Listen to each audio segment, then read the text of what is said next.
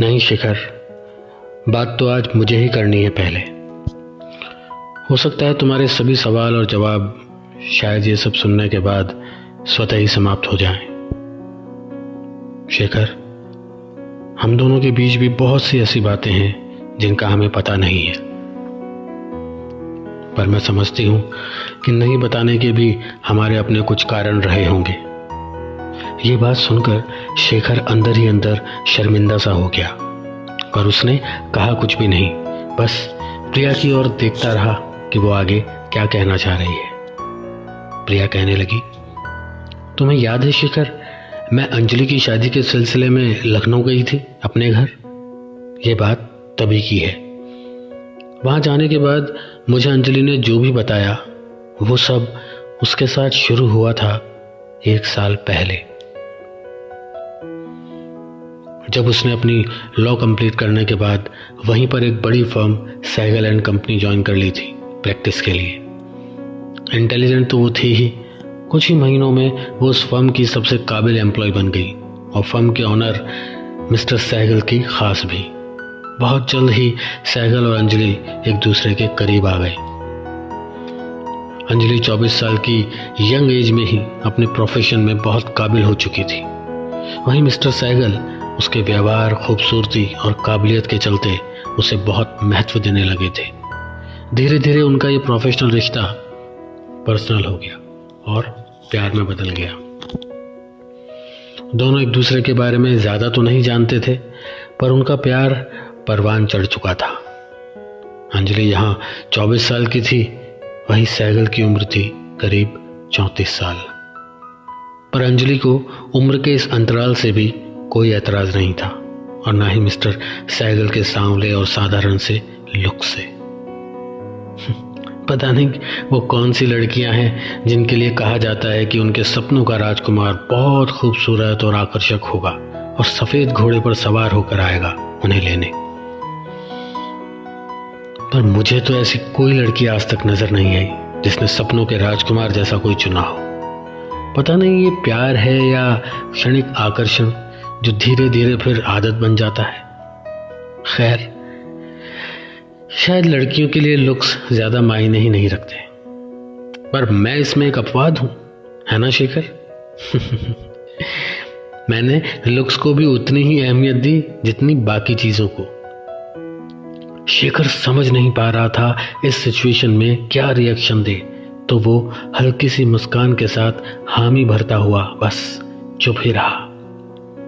प्रिया कहने लगी, अंजलि ने माँ पिताजी को भी अपने बॉस सहगल के बारे में बताया था और उन्होंने उससे मिलने की इच्छा भी जताई थी कि अगर सब सही हो तो शादी करने में हमें भी कोई दिक्कत नहीं। जब अंजलि ने सहगल को माँ पिताजी से मिलाया तो शादी की बात को उस समय टाल गया कि अभी बहुत अर्जेंट केसेस आए हुए हैं, काम बहुत ज़्यादा है, इसलिए अंजलि और मैं दोनों ही बहुत बिजी रहेंगे, इसलिए शादी का अभी तो नहीं हो पाएगा, पर बहुत जल्द हम इस पर बात करेंगे। वो लखनऊ नहीं बल्कि यहीं दिल्ली का रहने वाला था। हालांकि माँ और पिताजी ने भी अंजलि से यही कहा था कि बेटा और सोच लेना, क्योंकि उम्र में भी और देखने में भी वो तुमसे काफ़ी बड़ा है। पर अंजलि पर तो प्यार का भूत सवार था। उसने कहा, हम दोनों बहुत खुश रहेंगे, आप लोग बिल्कुल निश्चिंत रहिए। माता पिता को बस बच्चों की खुशी ही तो चाहिए होती है, तो वो क्या कहते, बस मान गए। कुछ समय बाद अंजलि का मेरे पास फोन आया था, जिसके बाद ही मैं वहां गई थी।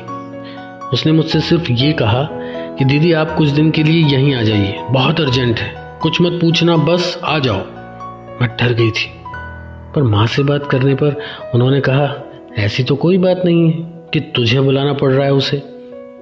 फिर माँ ने कहा था, अरे हो सकता है वो तुम्हें कोई सरप्राइज देना चाह रही हो अपनी शादी के सिलसिले में। तब मैं चौंक गई थी कि आखिर सब चल क्या रहा है, और इसीलिए मैंने तुमसे कहा था कि अंजलि की शादी के सिलसिले में जा रही, और वहां जाने पर यह सब मुझे पता चला। अंजलि ने बताया कि वो और सहगल एक दूसरे के साथ कुछ समय से एक तरह से लिव इन में ही रह रहे थे, क्योंकि अंजलि काम के सिलसिले में आउट ऑफ स्टेशन जब जाती थी तो आते जाते उसी के साथ ठहरती थी कभी देर भी होती तो उसी के फ्लैट पर रहती थी। उसे लगता था बहुत जल्द उनकी शादी तो होने ही वाली है, फिर क्या प्रॉब्लम है। अंजलि को सैगल पर पूरा भरोसा था और इसी के चलते उन दोनों ने अपने बीच की सारी दूरियां भी मिटा दी थी।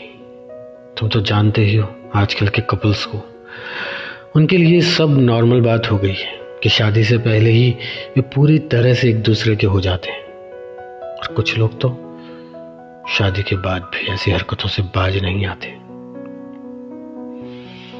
ये बात सुनकर शेखर एक बार फिर लज्जित सा महसूस करने लगा, झेप सा गया, पर अपने ये भाव उसने चेहरे पर नहीं आने दिए। प्रिया ने आगे कहना शुरू किया। इसी दौरान हमारी डॉक्टर मिताली का मेरे पास फोन आया था कि कुछ टेस्ट करवाने हैं तुम्हें, हो सके तो इसी हफ्ते करवा लो। जब मैंने बताया कि अभी दिल्ली नहीं लखनऊ हूँ, तो यहीं उन्होंने मुझे हॉस्पिटल और डॉक्टर रिकमेंड किया, जहाँ जाकर मैंने सभी टेस्ट करवाए थे और हमारी पुरानी रिपोर्ट्स भी उन्होंने चेक की थी। याद है जब मैंने तुमसे भी हम दोनों की सारी रिपोर्ट्स मेल करवाई थी?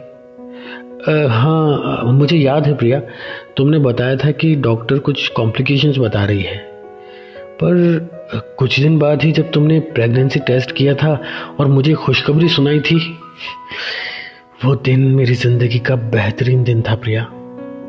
हाँ शेखर, खुशखबरी, ऐसी खुशखबरी जो अपने साथ खुशी के साथ साथ बहुत कुछ लेकर आई थी।